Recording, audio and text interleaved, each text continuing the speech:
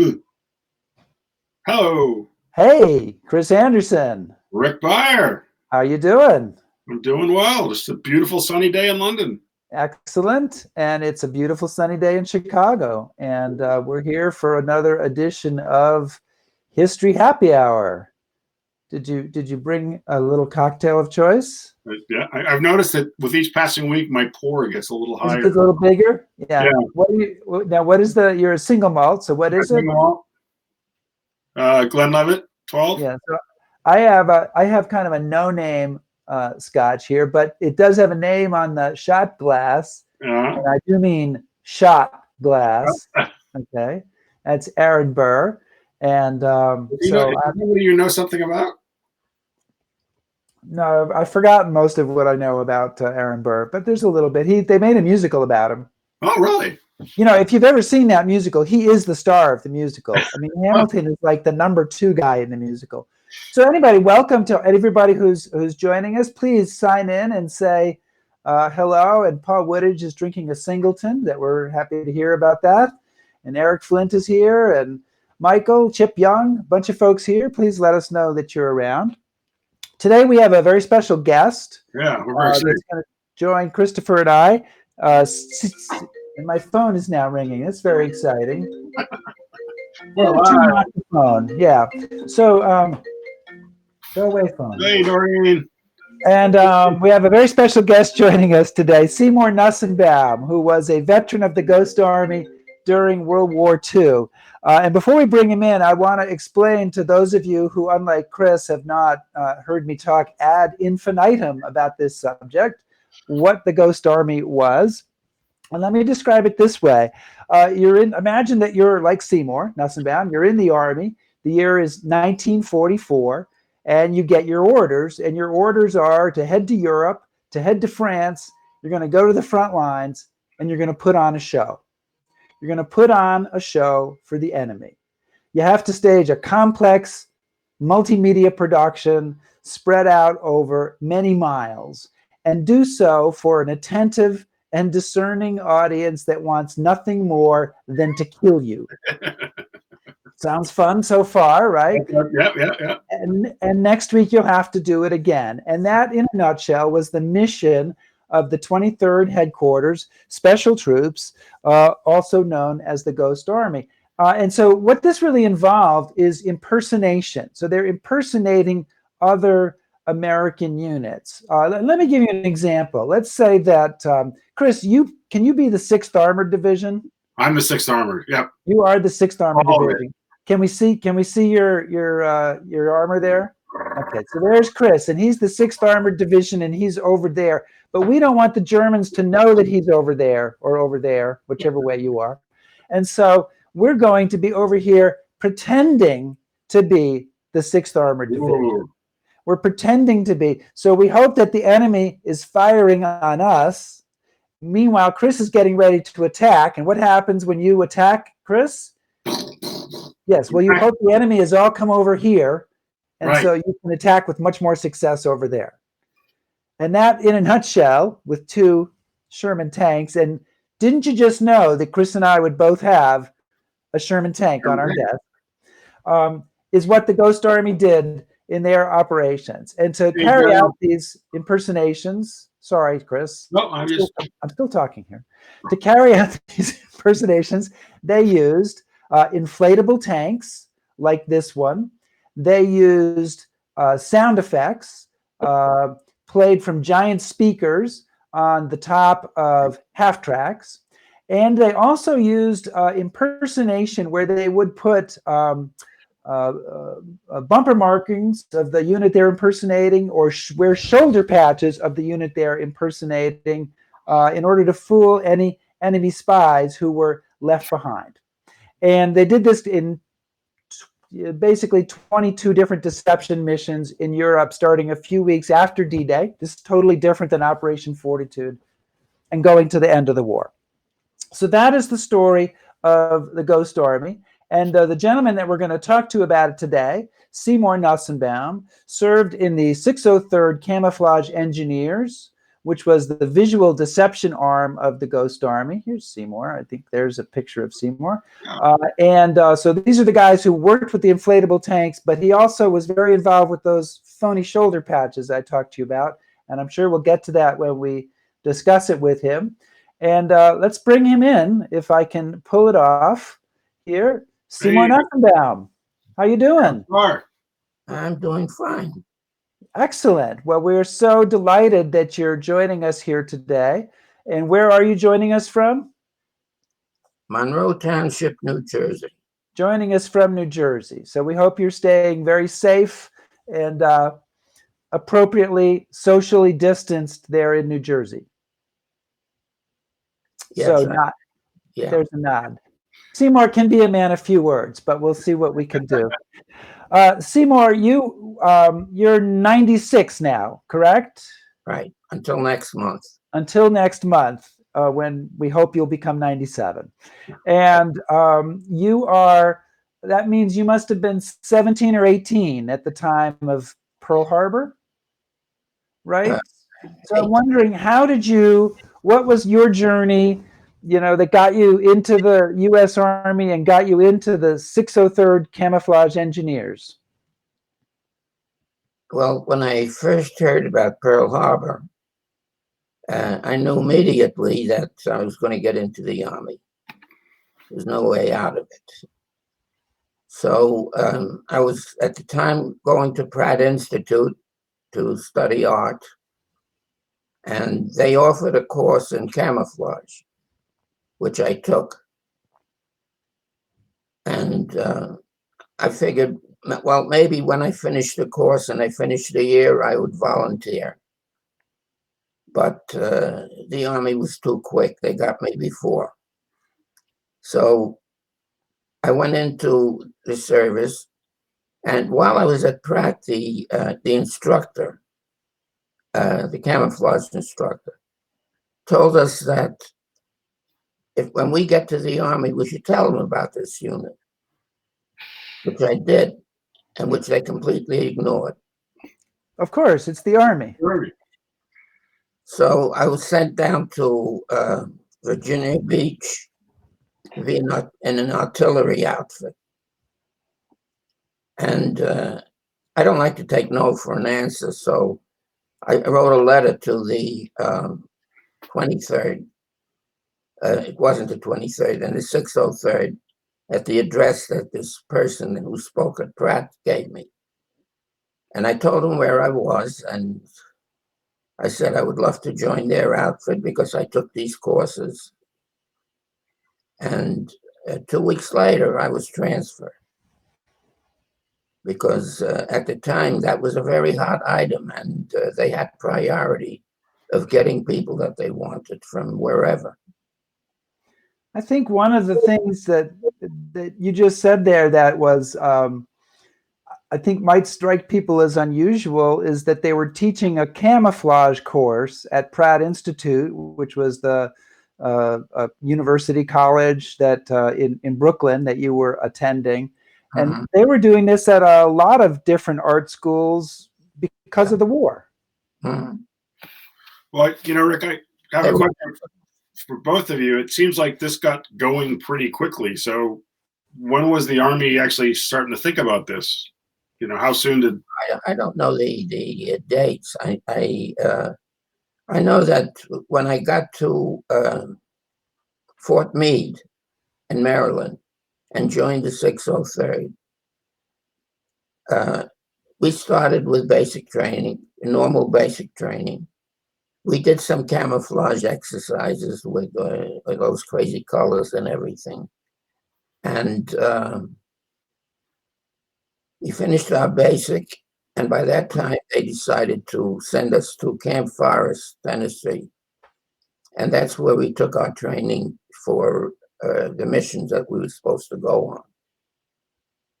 Got a little more basic training, and we trained with camouflage. We made dummies out of, if I remember rightly, wood and canvas. And I think that, building on your answer, Chris, there's two stages to this, and it can be confusing. The Army knew right away from really before the war that they wanted to have camouflage battalions to be able to camouflage airplane plants, large headquarters, important buildings, and the 603rd was one of several camouflage battalions.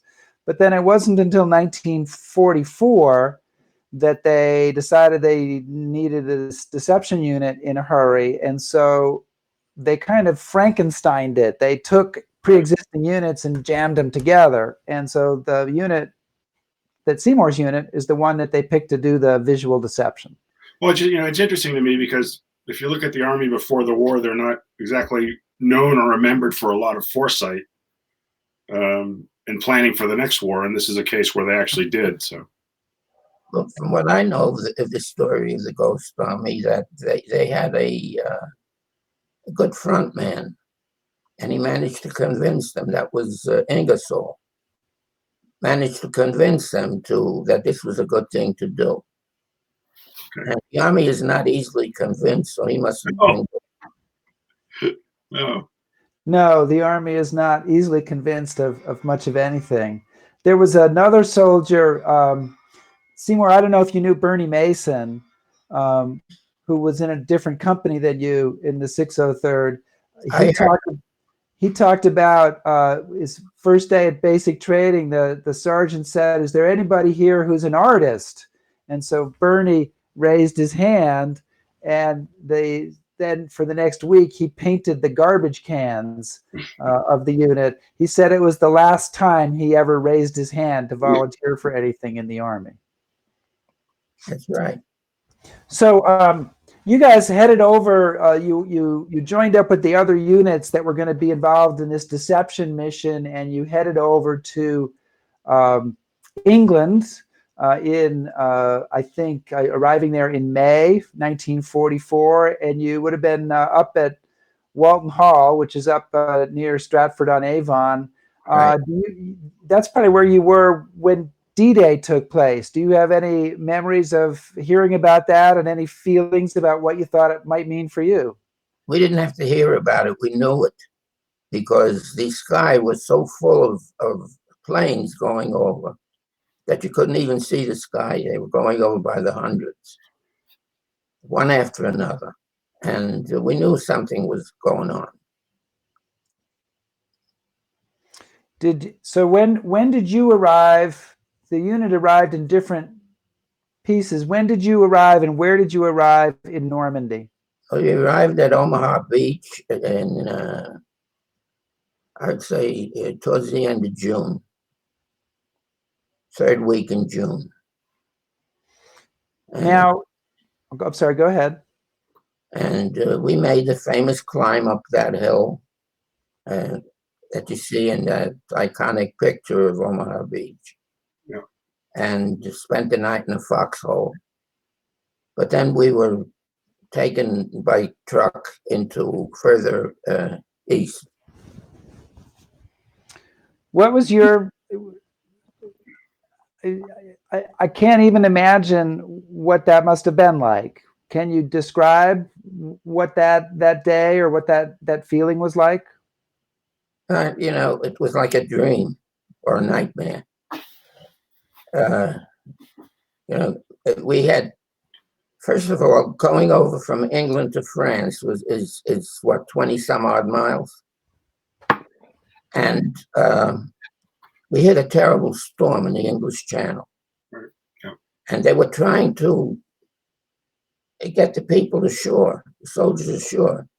And we went down the side of the ship, excuse me, on rope ladders.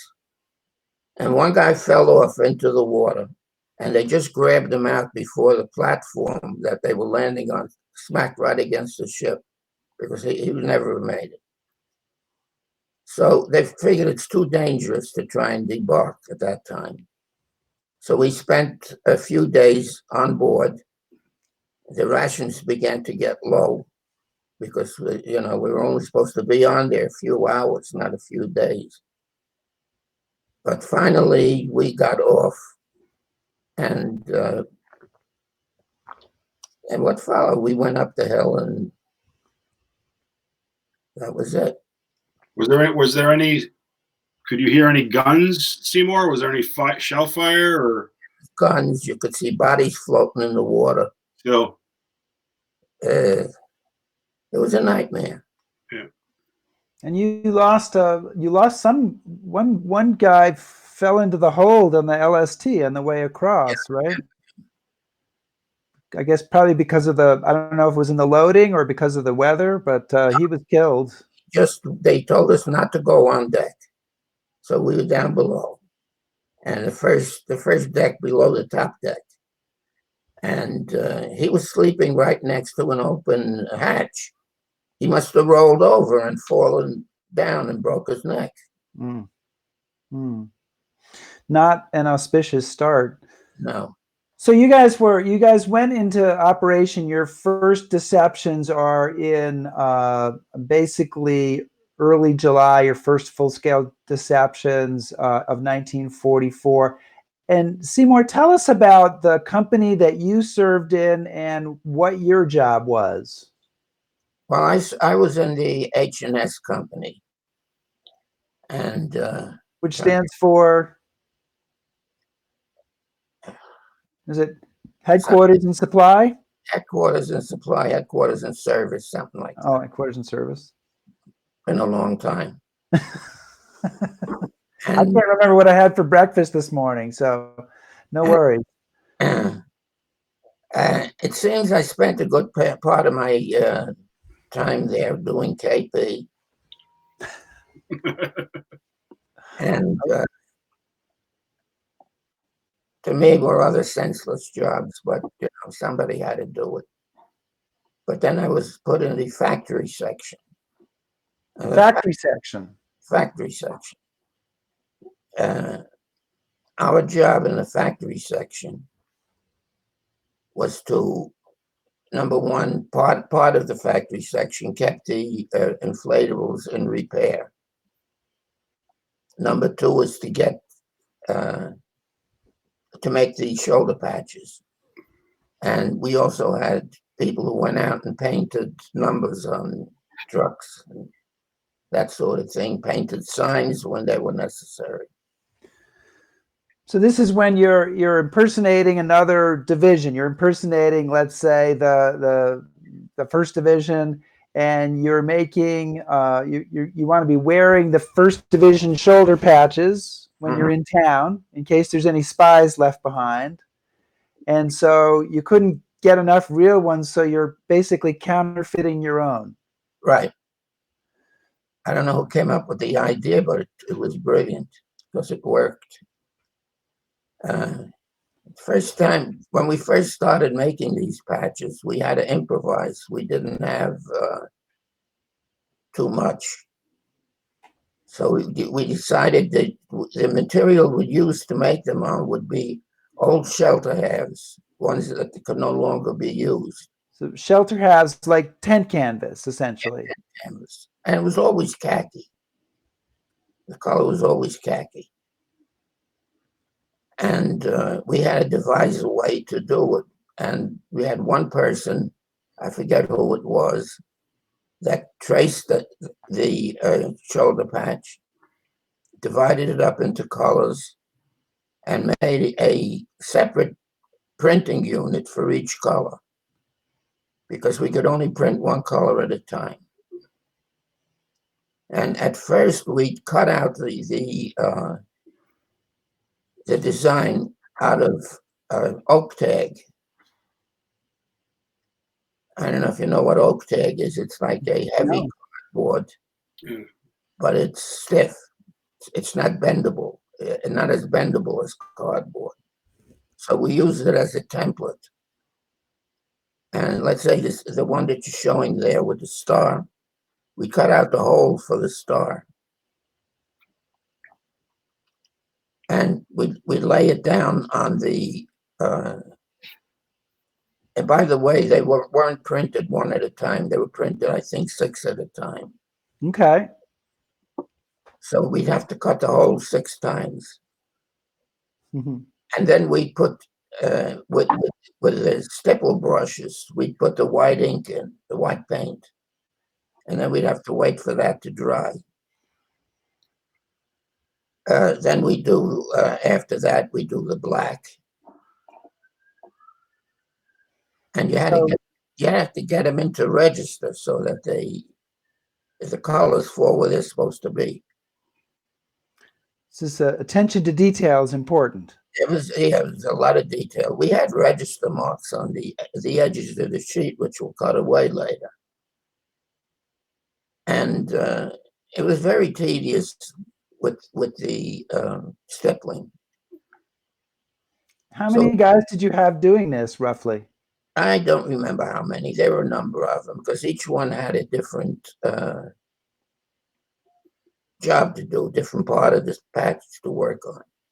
So Seymour, did somebody from, say, SHAFE headquarters say, I want you guys to be the first division, or did somebody in your unit say, tomorrow we're all going to be in the first division? Where did that kind of come from? I don't know. I was too low in the line to be privy to those decisions. You know, we were told they brought the patch in, and they say we need 1,000 of these, and that's it.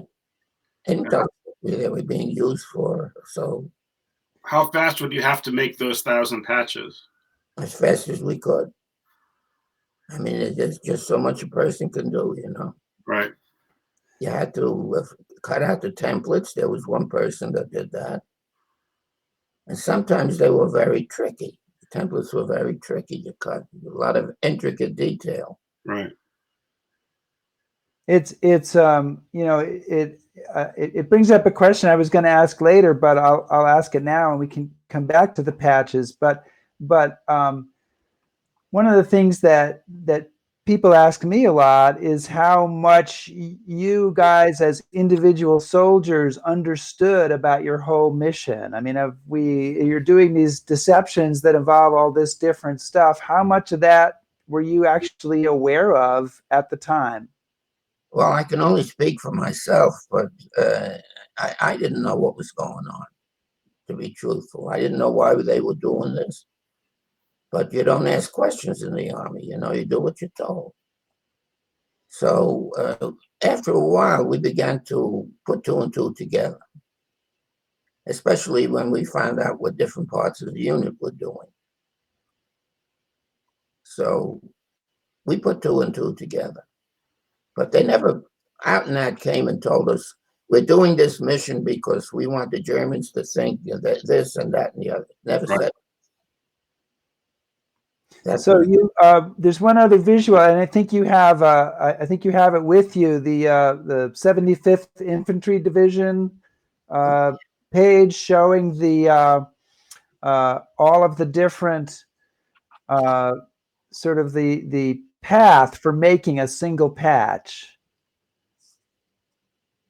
Can you show us that? I can also put it up on the screen, but I wanted people to see that you preserved this. You preserved this in your scrapbook. Right. And it's the 75th Division, and these are the steps we took. The first step was to print to paint the canvas white. The whole canvas was painted white. It was a lot easier than cutting a template and painting the white part. So we painted the whole thing white. Then you see the little triangular marks on the side of the patch. Mm-hmm. Those are register marks. Okay. I'm going to put it up here full screen so that people can see it a little bit more easily. All right. Those were register marks. And the second thing we did was to print the blue. Now you can see that they don't register completely because that was just the next one registered better. Then we printed the black. Now you notice on the third patch they're like little white bridges. which hold the middle of the template. Okay. It's hard to explain, but they're little bridges, and we couldn't leave them that way. But they Oh, were sure. Like little gaps in the outside of it. right. It held the inner part, the black thing, black Sure. border. It held that because we couldn't. If we cut out a whole border, then the whole inside would fall out. So did you have to hand paint those parts? Hand paint those little things, which is the fourth step. And the fifth step was to cut them out. And so how many of these do you think you made in the course of the war? Well, we spoke about that. We came to the conclusion it was between 30 and 40,000. Yes. Wow. One of the, I guess, Chris, did you ever think you were going to hear in such detail about the manufacture of counterfeit patches, or that was something that was important in any way in the European theater? That's great. Kidding me? Um, One of the stories I liked was watching the documentary and in the book talking about the one guy who said that they had to sew all these patches on their uniforms, and they changed patches so many times it was chewing up their shirts, which I thought was kind of a wonderful little detail. Yeah. I want to just Too bad they invented Velcro yet. Right? I bet. I want to just say to anybody who's joined us in progress here, we're talking to Seymour Nussenbaum, who's a veteran of the Ghost Army in World War II and served in the 603rd Camouflage Engineers, the visual deception arm of the Ghost Army. And if you have any questions for Seymour, we've been exploring in some granular detail the counterfeit patches that he worked on. But if you have any questions for him about his role in the Ghost Army or what the Ghost Army did, we would be happy to entertain those questions. Yeah. Hey, Seymour, with the paint and the supplies to make all these things, did the Army bring them to you, or did you guys have to scrounge it? No, we ordered them. Okay. They got them. I don't know where they got them, but they got them. These were mostly enamels. Okay. That we used, and they took a time to dry. That was the big problem. Right. You had to dry them between colors. You couldn't just keep doing one color at a I have some more patches if you want to look at them. Sure. Let's see what you got. We'll zoom in there. So these are are these core patches? I don't know what they are. Yeah, those are core badges. Core, yeah. Yeah, So, they're core patches, except the bottom one. That's for armored. an armored division. 4th Armored Division. I see that.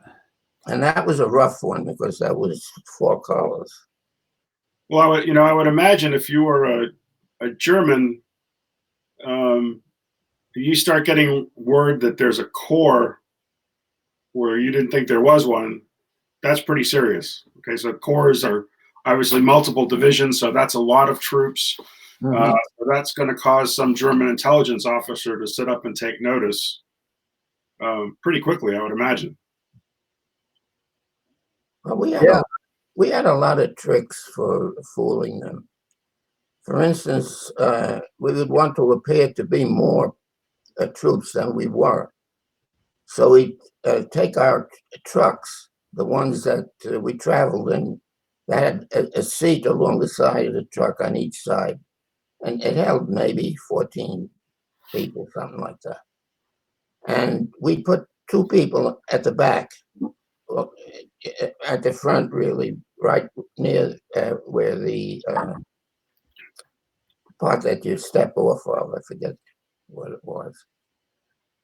And the rest of the truck would be empty. And we take that truck and we drive it around all over town. And then and there'd be maybe maybe 2 or 3 other people in the truck, and we changed seats. And we keep driving back and forth in the same place. Right. And they thought God knows how many troops were in there. Right. So I was reading up before you came on the show about how when the unit was formed, there's no manual really for this. There's no guidebook. So you guys are kind of inventing this on the fly, right? That's right. So this hadn't been done before. That's why they wanted artists and people from the theater and people with imagination. That's why they were looking for that type of person for the outfit. And we only when we went overseas, somebody got the idea that people over a certain age shouldn't go overseas. So we lost some of our good men that didn't go over. And Okay. replace them with regular replacements. They didn't have to be artists or anything. They just had to be soldiers. Right. So we got a question from Neil, and I don't know if you know this or not, but he wanted to know why they couldn't have just gotten patches from the Army. Why you guys had to make them? Do you know why that is? Well, a few reasons. First Okay. of all, it's not that easy to get anything from the Army. You have to fill out 10,000 forms. Right. And give reasons and anything. By that time, the whatever they were doing would have been over. Right. So Okay. we didn't have the time. Right. And then they weren't always supplied with that many patches. Right. But they're probably not sitting around with a trunk full of patches, all the time for that possible use. Oh, we'd have to have trucks full with all the different units Yeah.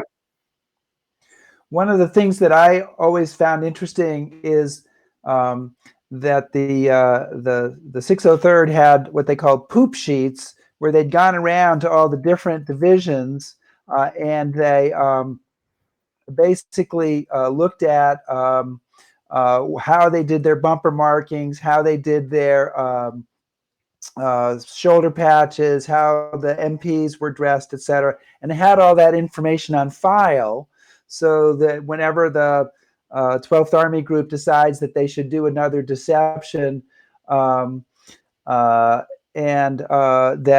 if it's going to be the 75th Division or if it's going to be the 4th Armored Division, that you could pull out the sheet and have that information. Right. We also had the lowdown on their officers, what they looked like, and we sometimes impersonated them. And another thing, the radio unit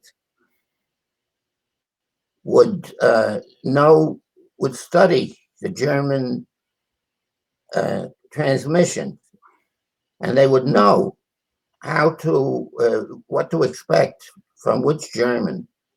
Right. Because every person who sends out a transmission has their own way of doing it. Yeah. It's like handwriting. Yeah. And we would have to also, before we did the mission, they would watch or listen to our own transmitters and find out how they did it, so that they'd be able to duplicate it. Right. So they're basically, somebody said a division, the 4th Armored Division might have some protocol where they start every message with 4 dots or something. Right. And so, you have to make sure you're doing the same thing and doing it the same way. Eric, I don't know if Seymour remembers this, or you might know, but we got a question from Mike. I don't know if you saw it. I see it here. I'll try to put it up here. Yeah. Mike Doubelstein. Hi, Mike. Wanted to know. He said there was an elephant that was painted on the 23rd Special Troop vehicles that arrived in Normandy. No, I don't remember that. No. Yeah, I'm not aware of that either. So Mike, email me. Tell me what you know, because and we can try to figure that out or figure out if anybody knows something. But it's not something that I'm aware of as well. Seymour, I was going to ask you. So most of the time, you're not out there trying to set up these inflatables on the front lines. You're back working in the factory section, but on some of the larger missions, you did participate in the missions, correct? When we had a real large mission, everybody went. So can you tell me about one of those? We went to, it's really not that interesting. I mean, we get in the trucks, we get to where we're going, and unless you're one of the actors in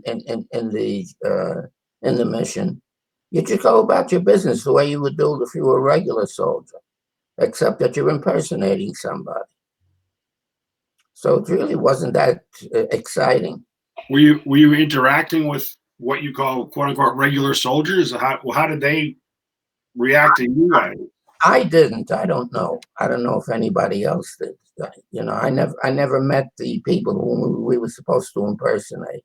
Right. What would be your most vivid memory of your time in Europe? You were there of course, you arrived in England in May 44. You were there until you came back almost a year later. What is the thing that stands out to you as your most memorable experience? I had so many of them. I don't know what was most memorable. You can pick one, any memorable one. Oh, you got me stumped. Ah. Well, were you in were you in Paris for the liberation? Yes. That has to be memorable. Yeah, it was nice. I mean, you didn't spend much time there. We were, I think, our part of the unit were there a few days after they liberated France, so the euphoria was still there. Right. And the crowds in the streets and the women running after the trucks and the children, and we'd be throwing chocolate to the kids, and all the things you read about. Yeah. But we settled down pretty soon. Paris was good because we did get some time off. Right. We weren't not going a terrible place to have time off. Pardon? Not a terrible place to have time off. No. I got to go to Versailles and went to the Arc de Triomphe and the Louvre. As an artist, that was like going to heaven. Yeah, I bet. So I know. Yeah, I was talking with my co-author Liz Sales the other day, and her dad Bill was in the unit, and she said, were you scared to go to Europe? And he said, no, I was excited because I was an artist, and Europe and Paris and even Germany were the centers of the art and design world, and the Army was going to send me there. And it's like, good news, you got your free European vacation. Bad news, they don't really want you there, but you still get to go. So pluses and minuses. So Seymour, were you ever under shell fire, or were you ever involved? Scott, one of our listeners, an air raid. An air raid. An air raid. I forget whether it was when we first came to England. We landed at the place called Avonsmouth. Mm-hmm. And it was a port city for I don't remember the city. It's a big English city on the west coast. Mm-hmm. And the Germans sent over a few planes, and they told us to get below decks. So we got below decks. I remember I was there. You would know, Rick, Helmut Eisenberg. Yep. Yeah, he was right next to me, and he had a droll sense of humor. And the Germans were dropping bombs, and the anti-aircraft was shooting, and the shrapnel was falling all over the deck. And he turns to me, he says, a guy can get killed around here. I know that some parts of the unit obviously came in under artillery fire, Scott, during some of the operations, and specifically in their second to the last operation, Operation Bougainville in March 1945, they had several people killed and about 15 seriously wounded by enemy artillery drawn by their deception. So, Seymour, you were lucky not to be caught in any of that. Yeah. I'll tell you, when we heard about that, the rest of the unit, we were pretty shaken up. Yeah. Because up to that time, we really didn't have much contact with the Germans, other than having them, coming in contact with them when we went to the coal yards to pick up coal or something, and they were shoveling the coal. So, Seymour, you guys were in the Ardennes right before or right as the Battle of the Bulge starts. Do you remember what? I wasn't in the Ardennes. We were stationed in Luxembourg. Okay. Luxembourg City. And we had been there for 3 months, over 3 months. And it began to be like home. We made ourselves comfortable. We met people. And one day they said, we're getting out of here because the Battle of the Bulge started. And I guess they wanted to get our equipment out of there. So if Luxembourg fell, it wouldn't fall into German hands. Right. And so we packed up most of our equipment, some of the older dummies, ones we weren't using, we burnt. And we retreated back to Verdun in France. Okay. And I should say, Chris, that some parts of the unit were conducting a deception in the Ardennes up to the day before the Battle of the Bulge. So, but it wasn't the entire unit. So that's that there. We had a question from Thomas Benner who wants to know, where were you on VE Day? And do you remember that at all? Yes, I do. How could I forget it? I don't know. Okay. Sorry. We were in Germany. I think it was Idar Oberstein in southern Germany. And why we were there, I don't know. I don't think we did any missions in Germany proper. I think you were probably at that point guarding the displaced persons camps. Well, that was after they had to do something with us because we were no longer useful for the mission we were sent over for. So they had us guarding DP camps.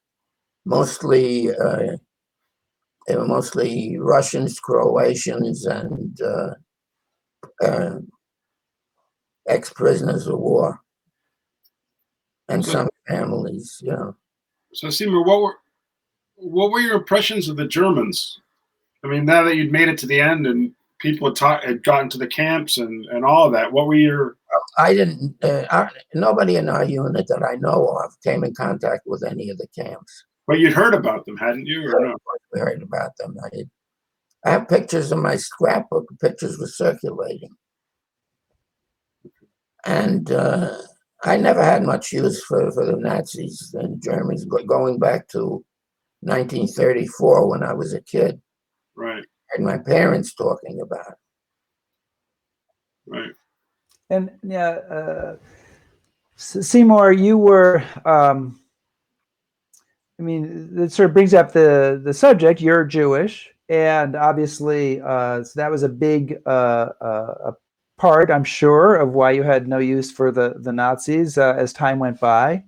But at the same time, you have said that the Army was one of the first places that you ran into anti-Semitism. Right.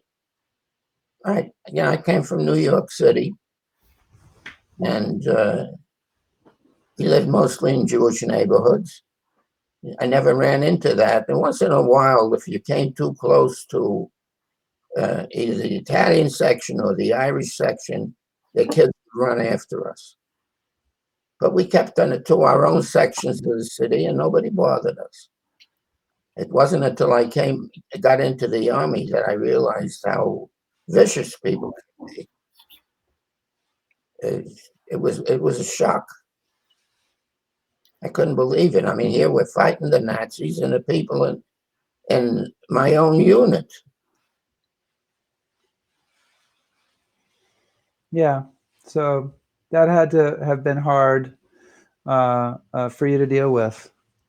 So Seymour, we got a question from Melissa, Who may be related to you. who may be related to you, but she said that Yes, after the war, you never talked to your family about what you'd done because it was secret. Is there anything that you can add to that, or why that was? they told us not to talk about it because they thought they were going to have to eventually go to war with Russia. And at the time, they weren't foreseeing that war, the way they wage wars will be different years from then. Right. So they thought they may have to use the same deception. So when did you feel like you could talk to your family about this? No, I didn't talk to my family. I didn't tell them anything. But did a point come? I mean, you're talking about it now. Yeah. So a point obviously came. When did you feel like you could talk about it? In 1995. Okay, 50 years. When the secret came off. They used to ask me, what did you do in the Army? I said, I blew up tanks. Which I guess you did. Yeah, and that kept them quiet. Exactly correct. Exactly correct. We have a question that Tom Allen asks here. He wanted to know if you continued to use your design and art talents after the war. Yes, when I came home, I wanted to go back to school, but I had a couple of months before the session started. Came home during the summer. So I took up my time making a couple of scrapbooks, which are now in the World War II Museum. Mm-hmm. And then I went back to Pratt and finished, got my degree. And I went into package design. I wanted to become another Norman Rockwell, but I guess I didn't have the talent.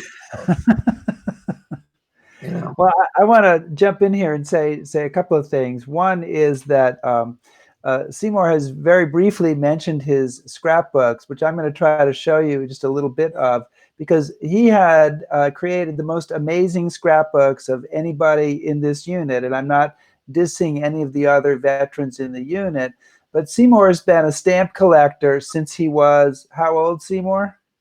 6. 6. Now, can you guys see this that I've put up? Or can you see the? No. Yes or no? I can't see it, Rick. Okay, so it may be that I don't know how to do this, or it may be that I have to do one more step and try this, and then go. Yeah, there you go. And then go this. Okay. So Seymour had been a stamp collector since he was about 9, I think. And he's very much a curator. So he created this scrapbook that has just about everything you can imagine in it. It's 300 or 400 pages of stuff. He must have saved everything, Seymour, in your entire life. Here we have a drawing of how he's supposed to have his full field display, his shelf display, and his footlocker packed, just to make sure that he knows all that. And then you get more information on that. And then we have the, you have postcards, documents, articles. If you go further in this, there are maps, there are wine bottle labels, there are, photos, draft registration, etc. And these two terrific scrapbooks, and they were donated originally to the Ghost Army Legacy Project and then to the National World War II Museum. And for those of you who are interested, if you go to ghostarmy.org, under, and you look under archive there, you can find about 50 pages or so from each volume of Seymour's scrapbooks, and you can get a little sense of how the war looked to him and how he put that together. I think that's worth making a mention of.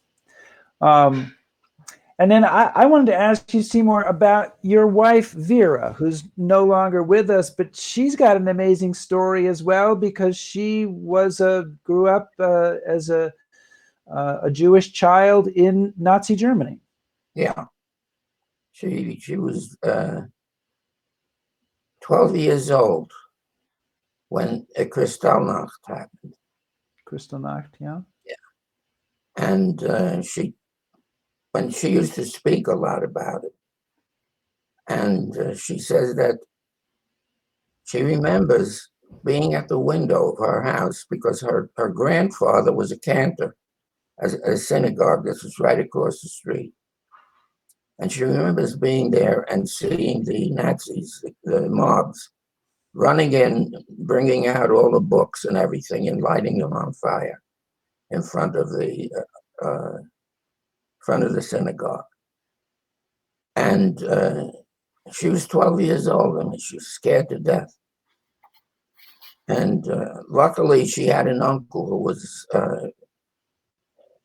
affiliated with one of the largest Jewish organizations in Germany.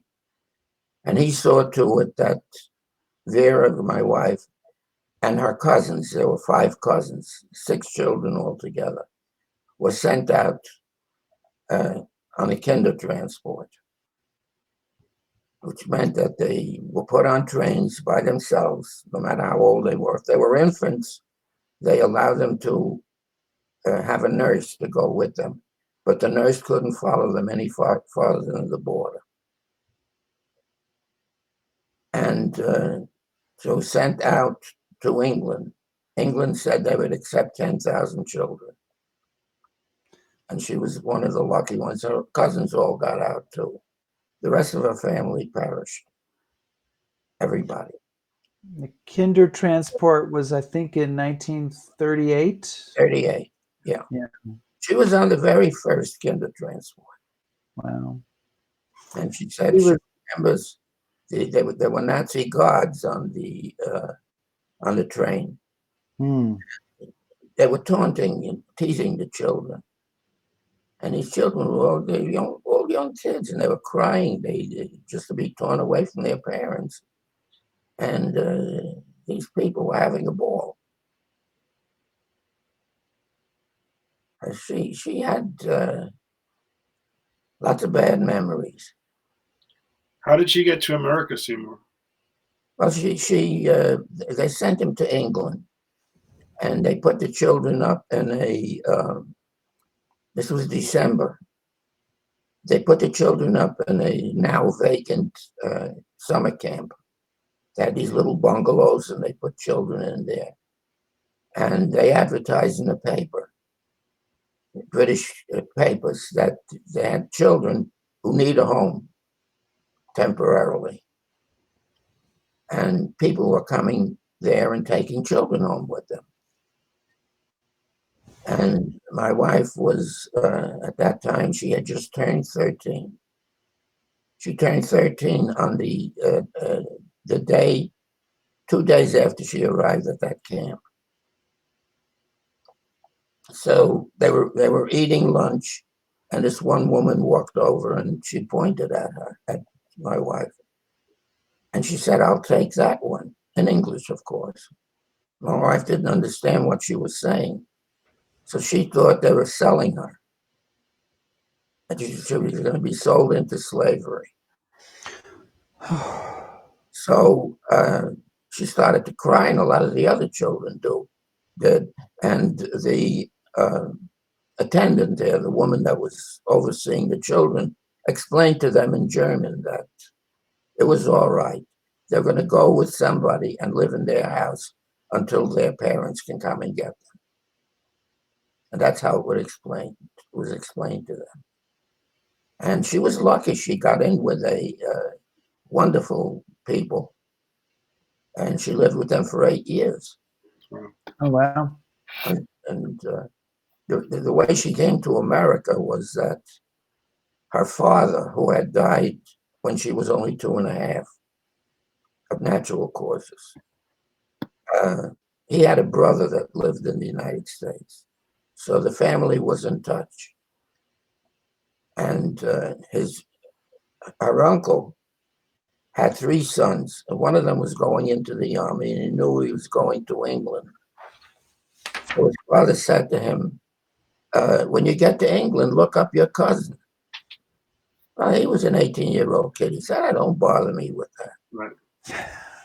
But when he got there, his conscience got the best of him, and he did look her up, and they clicked. So he told his father after the war was over and everything to bring her over to America, which he did. Well,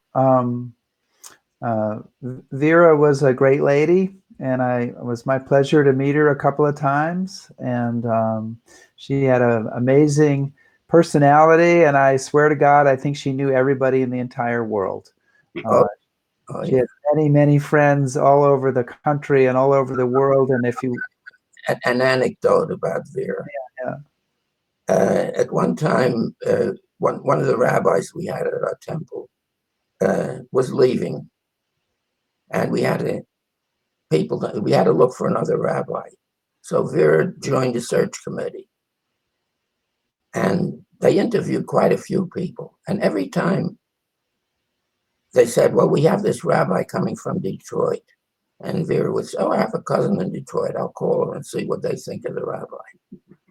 And then there's another one from Cleveland. I have a cousin in Cleveland. And this went on, and she had relatives all over the country. Finally, the head of the committee came over. He said, Vera, I've got one that I'm sure you don't know anybody yet. She said, try me. He says, we have a rabbi from, what the heck was it, St. Catherine's in Canada. She says, of course I know somebody there. I have a cousin, my father's. So that's... Yeah, and it's worth mentioning that for people interested in Vera Nussenbaum's story, that her papers are at the Holocaust Museum in Washington, D.C., correct? Right. Right. So you can Google her, Vera Nussenbaum, and find out about her story. And of course, you can Google Seymour and come up with more about his story and the Ghost Army and his involvement with that. And Chris, I thought I'd put up this comment from Patrick Lee, which is a nice way of saying, if I can do it, because I'm not expert here. A nice a comment. He says, Mr. Nussenbaum, thank you, sir, for everything you and every other soldier went through for us. We can all enjoy a peaceful life because of brave men like yourself. So thank you, Seymour. Thank you, Seymour. Any other questions? Anything else? No. Just thank you so much. No. And we appreciate your coming on, and we'll talk about you after you leave. Say nice things. We will. We promise. You take care, Seymour. Thank you so much. Take care. Okay. Wow. There you go. It's a lot of ground there. That was a long war. Lots of stories, lots to tell. I wanted to mention too, Alyssa Nussenbaum sent a comment. I don't know, can people see this as we're talking, or am I just stating the screamingly obvious? I don't know. Okay, well, anyway. People, can you see the comments that other people are making as we're talking, or are we just being crazy? Alyssa said that there's a photo of Mrs. Nussenbaum on the boat during the kinder transport. And if you Google kinder transport, you can find her. And then she said she could get us information on that. And then maybe Rick and I can, if not this show, the next show, we'll post pictures of that. Okay, yeah, we of course would be delighted to do that. And as I mentioned, you won't find Seymour Nussenbaum in the. They can see the comments. They've Okay, just great. I won't state the obvious. stopped reading them probably. Um, but oh, here's one from. We'll put this one up. See, oh, that's Cindy. Cindy, I didn't mean to put it up. But thank you too. But I wanted to do. We have Yakir Katz, that nice picture there. But our boss at Stephen Ambrose says thank you as well. Seymour's not in the documentary film I made about the Ghost Army, which I'm now promoting by mentioning. Hey, by the way, you see, I wore this for you. Okay, excellent. And I have mine on as well, but I can't seem to figure out where it is. Right there. And which is available on Amazon Prime. And he's not in the book, The Ghost Army of World War II, because I hadn't met him yet. And so I didn't meet him until after that. And when I went to his house in Monroe Township, New Jersey, and he first showed me his scrapbooks, I just was like, these must be preserved. And they were literally flaking onto the floor. Yeah. Right. So when you would turn a page, the bits of paper, every time you opened that up, there'd be a little pile of paper on the floor. And it was like, well, how quickly can we preserve these before, they disappear? And what we did when Seymour donated them is we had them conserved, and we scanned and made a digital copy of every page and every page of everything that's in there. So it's hundreds and hundreds and hundreds of pages. So we preserved that all digitally, and then we gave him a copy of that. So he still has his scrapbook, and it's not going to flake off and fall over. And since I'm going to spare Rick the same shameless self-promotion, I'm sure you've all seen the documentary, but if you haven't, you really have to. And if you haven't read the book, go on Amazon, get the book. It's great. It's that one. It's that other unit in World War II. And fair's fair, Chris. There are a few other books about the Ghost Army as well. And our mutual friend John Gahn also wrote a great one called Ghosts of TO. So I like to never fail to mention that. John was in the documentary film. I mean, I do like my book better, but I might be prejudiced. But John's got a great take on it as well, and a fun topic. And part of a larger topic, I mean, we're not going to have time to get into it all today, but the whole, what they call now in the military, the information war. Yeah. We were talking about trying to do a show just about that, right? About intelligence and espionage and deception and yeah. So we will get to that. Nicole, the documentary is called The Ghost Army because when it comes to titling, I go for obvious. So, it was on PBS. It's on Amazon Prime now.